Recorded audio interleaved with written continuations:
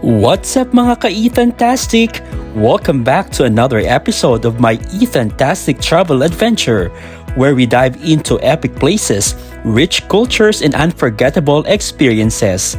This time, we're heading out on a journey that starts in Abu Dhabi and takes us into the heart of Austria's imperial capital, Vienna. So grab your virtual passports because this is going to be Ethantastic.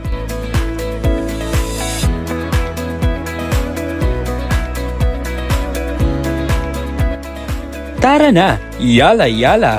Gian Riel! Let's go!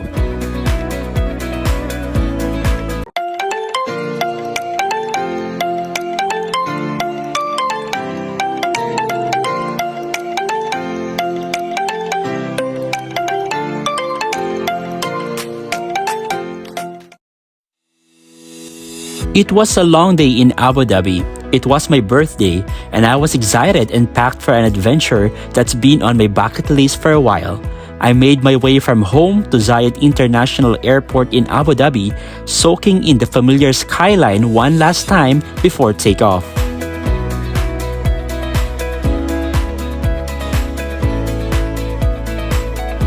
After checking in my bags and clearing passport control, I made my way to the airport lounge, my favorite pre-flight ritual.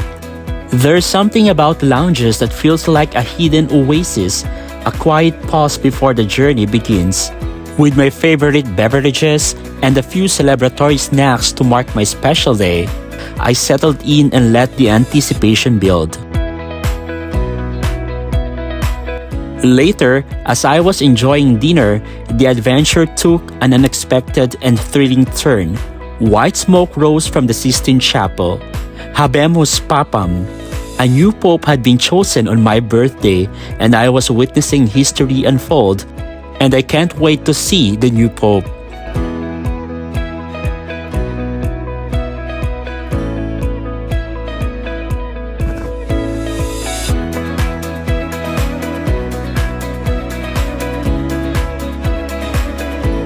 My flight landed at Vienna International Airport at around 2 a.m. It was cold and quiet. The city was still asleep. I grabbed a taxi and made my way to the hotel in central Vienna. The ride gave me my first glimpse of this stunning city at night. Historic buildings lit up softly, cobblestone streets, and a certain old-world charm you can feel even in the dark.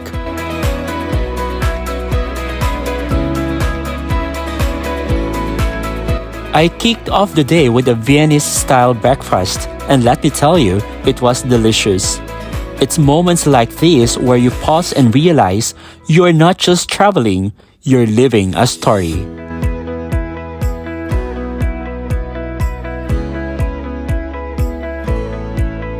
With my belly full and camera charged, it's time to start our adventure.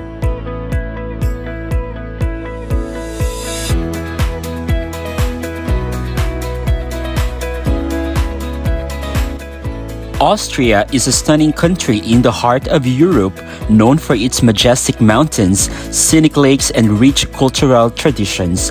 It is a place where natural beauty meets artistic legacy, from skiing in the Alps to wandering through storybook towns like Hallstatt.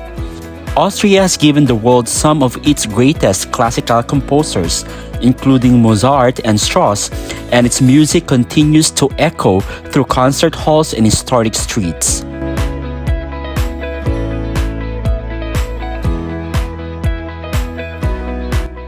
At the center of it all lies Vienna, the majestic capital city that perfectly reflects Austria's imperial past and modern elegance. Once the seat of the powerful Habsburg Empire, Vienna is home to opulent palaces like Schönbrunn and the Hofburg, stunning Baroque churches, and world-class museums. But it's not all about history. Vienna also pulses with creativity and modern life, offering everything from trendy art galleries to cozy coffee houses. Whether you are strolling along the Ringstrasse, enjoying a concert at the State Opera, or riding a horse-drawn carriage through cobblestone streets, Vienna will sweep you off your feet with its unique charm and grace.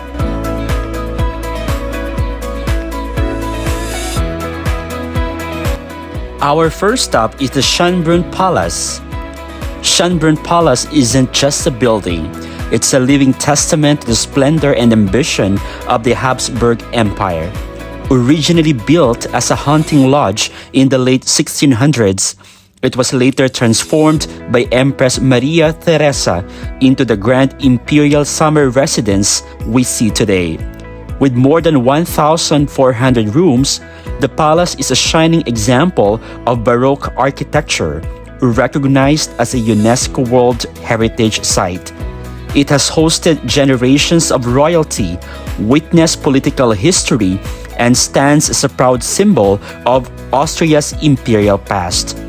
Even from the outside, the palace's symmetrical design, golden yellow facade, and ornate rooftop statues create a sense of majesty and timeless elegance that leaves you in awe.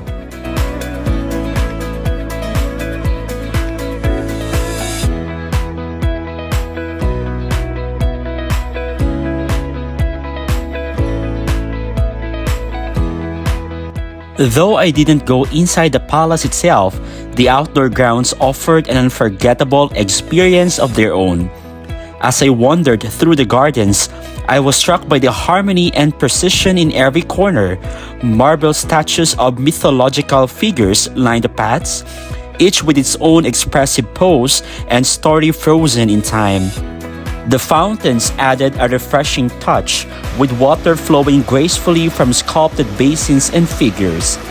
The Neptune fountain in particular stood out with its dramatic scene of sea gods and horses, perfectly framed by the natural slope of the hill behind it.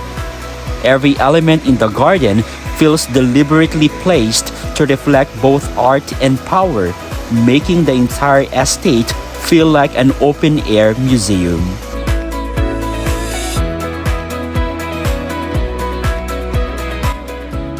But what truly captivated me was the journey through the palace gardens. A slow, scenic walk that felt almost dreamlike. I began at the palace itself and made my way up toward the gloriette, taking in every detail along the way. The perfectly trimmed hedges, the symmetrically planted flower beds bursting with seasonal colors, and the gentle rustle of leaves in the breeze created a peaceful rhythm that made time seem to slow down. Birds chirped in the trees, and butterflies danced above the blossoms. The soft wind carried the scent of fresh blooms, and in those quiet moments, I found myself completely immersed in the atmosphere, as if the gardens were whispering stories of centuries past.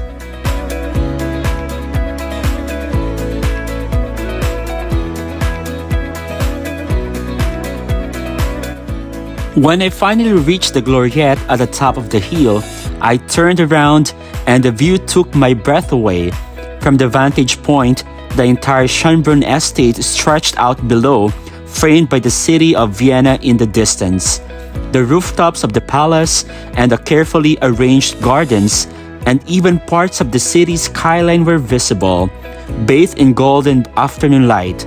It was a moment of perspective, standing where royalty once stood, looking out over their empire. I could feel the blend of history and nature come full circle. It wasn't just a view, it was a memory I will carry with me for a lifetime.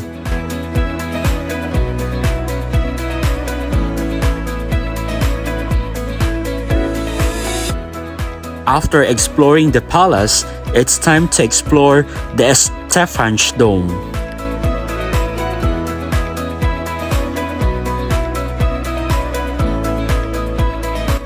I took the metro to the city's symbolic heart, Stephansdom, or St. Stephen's Cathedral. Standing tall in Stephanspalz, this Gothic masterpiece is not just a church, it's a symbol of Vienna itself. Constructed in the 12th century and continually expanded over time, its towering 136-meter south spire, intricate stone carvings, and patterned tiled roof make it an architectural wonder. The colorful rooftop alone contains over 230,000 tiles, forming the Austrian coat of arms. St. Stephen's Cathedral stands as a powerful symbol of Vienna's spiritual and architectural heritage. Inside the cathedral, you will be embraced by a quiet, reverent atmosphere. The dim light filters through stained glass windows, casting soft hues across the checkered stone floor.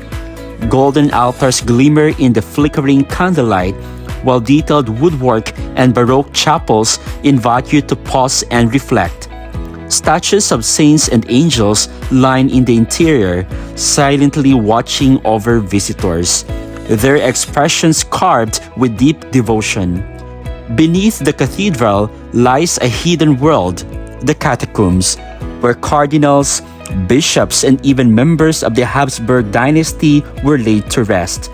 These underground chambers whisper of centuries past, of plagues, imperial power, and the sacred rituals that have taken place here over 800 years. In every echo, every stone, St. Stephen's Cathedral tells a story of faith, survival, and the unbroken spirit of Vienna.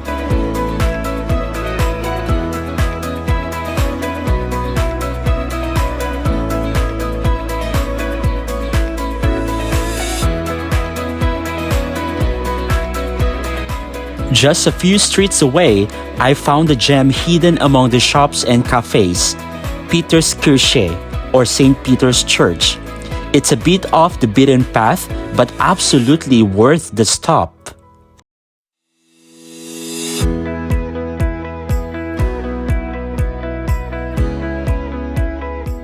Built on the site of an early Roman church and redesigned in the early 1700s, Peter's Kirche, or St. Peter's Church, stands as one of Vienna's finest examples of Baroque architecture. Its design, inspired by St. Peter's Basilica in Rome, features an oval interior crowned by a magnificent dome. This dome is adorned with stunning frescoes depicting the coronation of the Virgin Mary, painted by Johann Michael Rothmeyer in 1713. The church's rich decorated interior is filled with swirling marble columns, gilded stucco, and expressive sculptures that guide the eye toward the ornate high altar.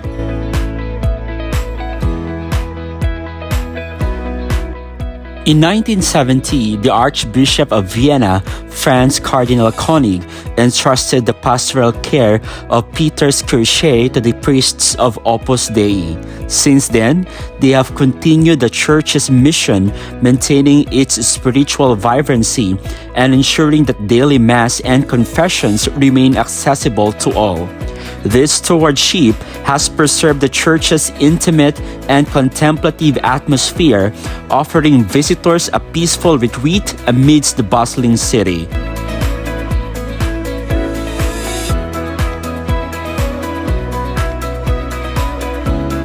Unlike the more frequently visited Stephan's Dome, Peter's Kirche offers a quieter, more personal experience. The soft sound of organ music often fills the space, and the scent of candle wax lingers in the air. Whether you are stepping in for a moment of reflection, attending one of its free classical concerts, or simply admiring the artistry, the atmosphere here feels deeply spiritual. Peter's Kirche may be smaller in scale, but it offers a sense of sacred grandeur that's just as powerful, a peaceful sanctuary in the heart of Vienna.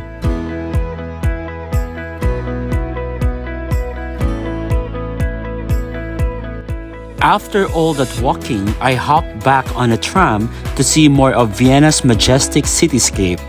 Honestly, Vienna's public transport is a tourist attraction in itself.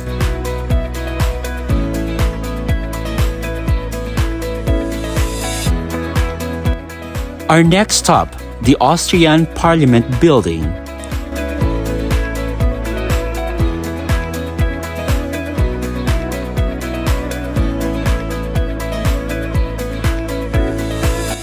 The Austrian Parliament building boasts its Greek-style columns and marble statues that make it stand out dramatically in the Ringstrasse.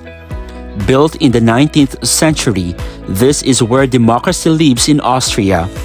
The statue of Pallas Athena out front symbolizes wisdom and governance, a nod to classical roots in a modern republic.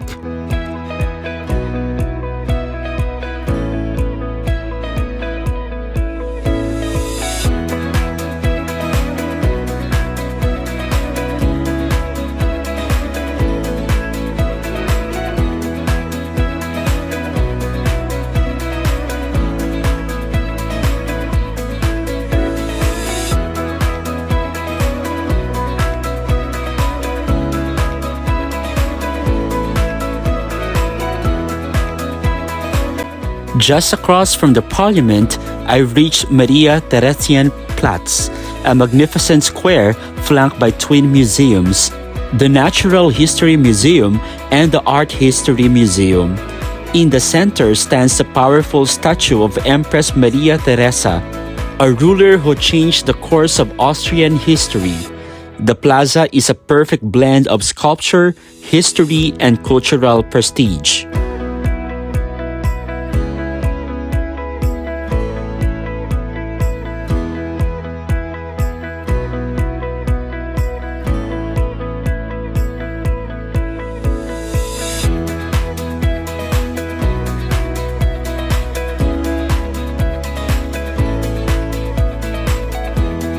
Then came the Hofburg Palace, once the seat of the mighty Habsburgs, now the official residence of Austria's president.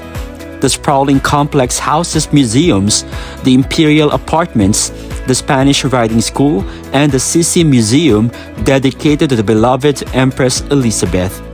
Every corner whispers stories of royal opulence, politics, and power.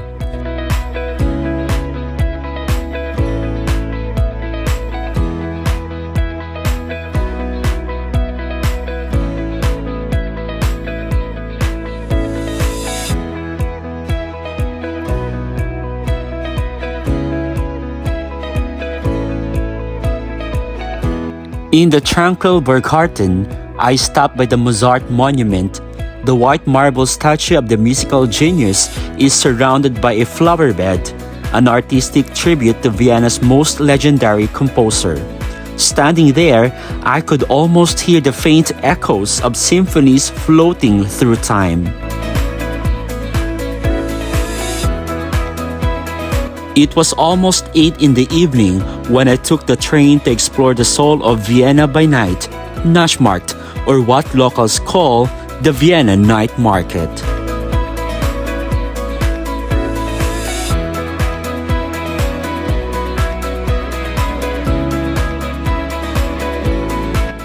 Dating back to the 16th century, Naschmarkt stretches nearly 1.5 kilometers and is home to over 120 market stands and restaurants.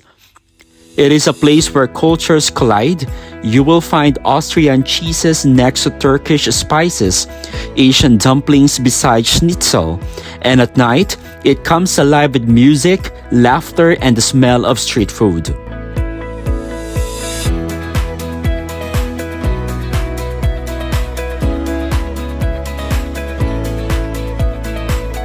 The market is more than just a place to eat. It is where Vienna unwinds. Locals gather here for wine, stories, and weekend vibes. The energy is electric, and you can't help but be swept up in the rhythm of it all.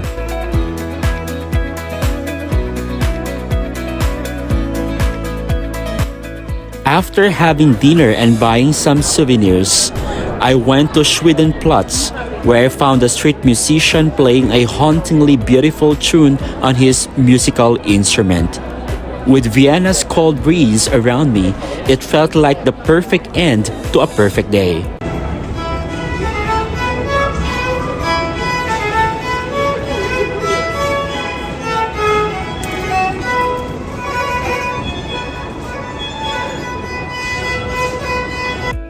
And that wraps up this incredible day in Vienna. From imperial palaces to lively markets, music-filled squares to sacred cathedral, this city has completely swept me off my feet.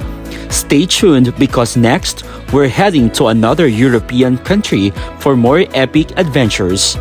Don't forget to like, subscribe, and keep exploring with Ethantastic.